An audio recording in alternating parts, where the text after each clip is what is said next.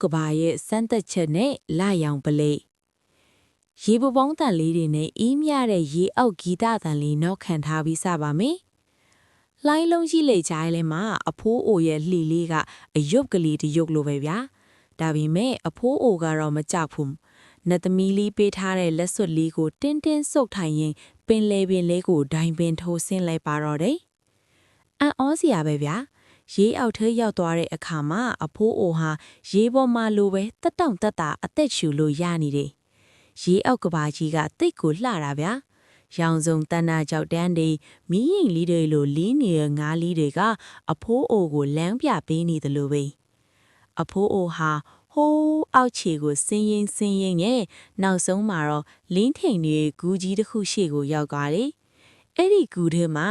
လာရောင်ပလဲရှိတာပေါ့။ဒါပေမဲ့ဂူဝတ်မှာတော့တိတ်ကိုကြောက်စရာကောင်းတဲ့ရေပဝဲကြီးတစ်ကောင်ကစောင့်နေတာဗျာသူ့ရဲ့မျက်လုံးကြီးတွေကနီရဲနေပြီးလက်တံကြီးတွေကလည်းအဖိုးအိုကိုရစ်ပတ်ဖို့ဖြေနေတာပေါ့လူသားမင်းဒီကိုဘာလာလုတ်တာလေဒီပလဲကငါရဲ့အဆောင်အလျှောက်ပဲရေပဝဲကြီးရဲ့အတန်ကရေအောက်မှာဟင်းထွာသွားတယ်အဖိုးအိုကကြောက်နဲ့ပဲအကျိုးအကြောင်းကိုပြောပြတာပေါ့ကျွန်တော်မျိုးဒီပလဲကိုခိုးဖို့လာတာမဟုတ်ပါဘူးတစ်ပင်မာနေတဲ့နတ်သမီးလေးရဲ့အသက်ကိုကယ်ဖို့လာတာပါရေပပွဲကြီးကခဏလောက်ငြိမ်သွားပြီးမှကောင်းပြီဒါဆိုရင်ငါမင်းကိုစမ်းသပ်မယ်မင်းမှာရှိသမျှအရာအားလုံးထဲကတန်ဖိုးအရှိဆုံးအရာတစ်ခုကိုငါကိုပေးနိုင်မလား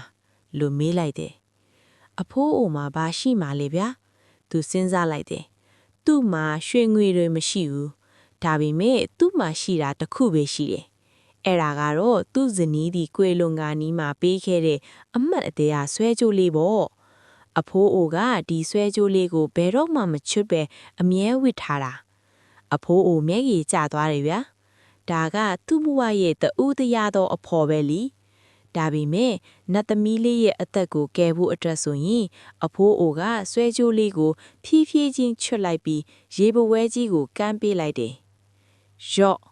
ဒါကျွန်တော်ရဲ့အသက်ထက်တန်ဖိုးထားတဲ့အရာပါ။သမီးလေးကိုကယ်ဖို့အတွက်ဆိုရင်ကျွန်တော်ဘာမဆိုစတေးနိုင်ပါတယ်။အဖိုးအိုပေးလိုက်တဲ့ဆွဲကြိုးလေးကရေပဝဲကြီးရဲ့လက်ထဲရောက်သွားတဲ့အချိန်မှာရုတ်တရက်ရေပဝဲကြီးကပျောက်ကွယ်သွားပြီးဂူဒီတစ်ခုလုံးဟာစူးရှတဲ့အလင်းတန်းတွေနဲ့ပြည့်သွားပါတော့တယ်။အဖိုးအိုရဲ့ရှေ့မှာတော့လာရောင်ပလဲကလီထဲမှာဝဲနေလေ။ဒါပေမဲ့အဲ့ဒီအချိန်မှာပဲအဖိုးအိုနောက်ကနေရွာသန်းဒီရဲ့လှီတွေကရောက်လာတာကိုရေပေါ်ကနေလှမ်းမြင်လိုက်ရတယ်။ရွာသန်းတွေကအဖိုးအိုနောက်ကိုလိုက်ပြီးပလဲကိုလူ့ပေါ်စူးစမ်းနေကြပြီဗျာ။အဖိုးအိုဟာပလဲကိုယူပြီးကန်းကျေကိုအချိန်မီပြန်ရောက်မလား။ရွာသန်းတွေကပလဲကိုလူ့သွားနိုင်မလား။